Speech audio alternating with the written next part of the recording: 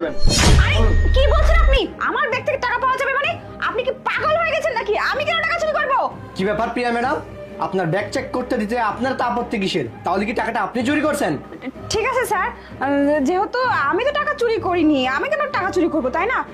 ওকে, আপনি আমার bag check করুন, আর কোনো সমস্যা নেই আমার। প্রিয়া ম্যাডাম তো বলতেছে ওনার কোনো সমস্যা নেই, সমস্যা তো দেখতে পাচ্ছি আপনার মধ্যে। তাহলে এক কাজ করুন, আপনি আপনার ব্যাগটাই আগে চেক করুন। ঠিক আছে, আপনি যখন ব্যাগ সার্চ করবেন আমি সব দেখাচ্ছি, সব দেখাচ্ছি। দেখুন কোথায় টাকা, দেখুন। আরে টাকাগুলো কোথায় গেল? টাকা তুই এখানেই ছিল। স্যার বিশ্বাস করুন স্যার, টাকাগুলো ওই নিচে, আমি আপনাকে বলছি না, ও হয়তো অন্য কোনো জায়গায় সরিয়ে রাখছে, এই জন্য এখানে টাকা পাওয়া যাচ্ছে না স্যার। ওই টাকাগুলো নিচে স্যার। আমার এত তো কিছু দেখার পরেও স্যার আপনি বুঝতে পারছেন না? আমার ব্যাগ তো দেখেছেন, আমি এবার এই ম্যাডামের ব্যাগ সার্চ আরে সার্চ করে নিশ্চয়ই এই ব্যাগের মধ্যে টাকা আছে। আপনি দেখুন, এই যে, এই যে দেখুন, আরে এই যে টাকাগুলো। আমার জিনিস কোথা করে আসলো? বিশ্বাস করুন স্যার, আমি টাকা নিইনি স্যার, আমি কিচ্ছু জানি না এই বিষয়ে।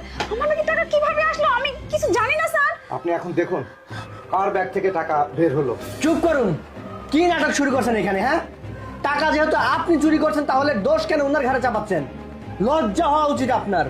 স্যার বিশ্বাস করুন, আমি কেন টাকা নিব? আপনি আমাকে ভুল বুঝতেছেন, কোথাও একটা মিসআন্ডারস্ট্যান্ডিং হয়ে গেছে। আমি টাকাগুলো চুরি করিনি স্যার। আবার কথা বলতেছো তুমি মুখে মুখে, তোমার লজ্জা করতেছে না?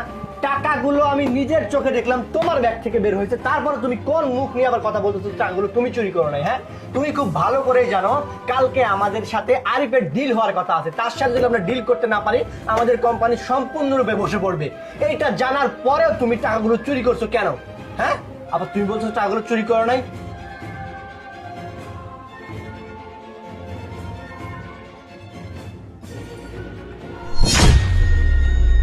সিসিটিভি ক্যামেরায় স্পষ্ট দেখা যাচ্ছে তুমি টাকাগুলো এখান থেকে নিয়ে ওনার ব্যাগে ঢুকিয়েছো।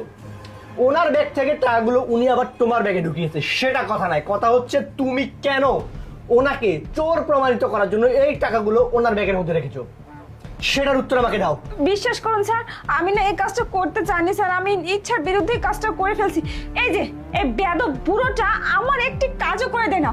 আমি যদি কোনো অর্ডার করি যে আমার টিফিন এনে দাও, আমার কোনো একটা জরুরি জিনিস এনে দাও, আমার মানে একটু ফাইল এনে দাও, কোনো কাজই করতে চায় না, সব সময় আমাকে ইনসাল্ট করে। আর এদিকে আপনি অফিসের মধ্যে ওকে অনেক ভালোবাসেন, আপনার সব কাজই তো ও করে দেয় স্যার। এর জন্য আমি চাইছিলাম যে ওকে চোর প্রমাণিত করে মিথ্যা অপবাদ দিয়ে এই অফিস থেকে বের করে দেব। আর আমার একজন চেনা পরিচিত লোক আছে, ওকে আমি এই অফিসে ঢুকাবো। স্যার আমার ভুল হয়ে গেছে স্যার, আমি বুঝতে পারিনি যে এরকম হয়ে যাবে ব্যাপারটা, আমাকে ক্ষমা করে দিন স্যার। চুপ কর তুমি।